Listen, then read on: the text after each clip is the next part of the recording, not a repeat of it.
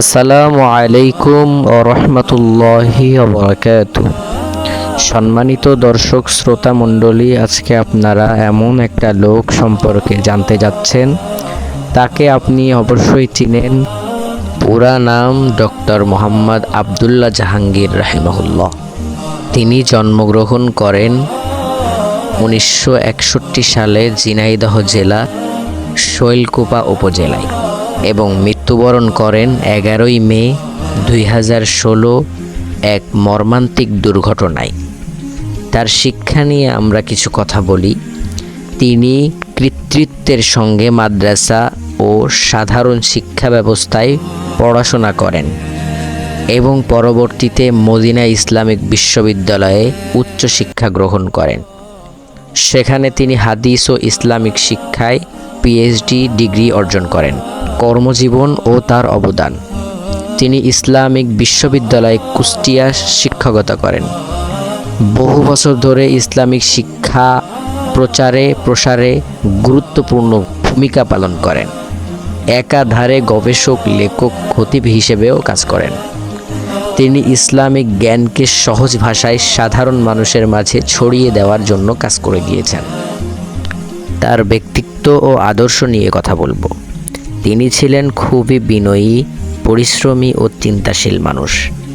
সর্বদা কোরআন ও সহিহ হাদিসের আলোকে বক্তব্য দিতেন এবং বিভ্রান্তিকর মতবাদ থেকে সাবধান করতেন। তিনি বিভাজন নয়, বরং ঐক্যের আহ্বান দিতেন। একটি সুন্দর ভারসাম্যপূর্ণ ইসলামিক সমাজ গঠনের স্বপ্ন দেখতেন।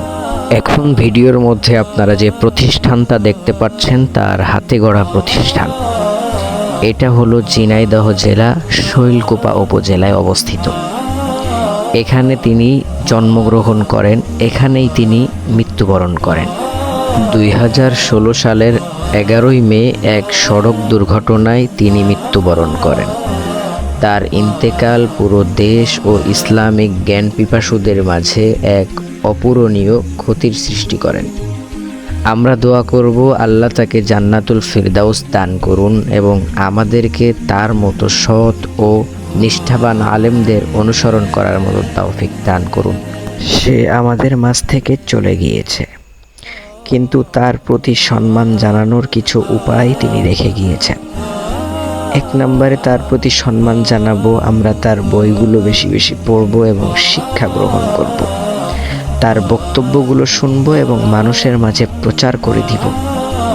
তার দেখানো সহিহ পথ সুন্নাহ অনুসরণ করার চেষ্টা করব। আজকের মতো এখানেই শেষ।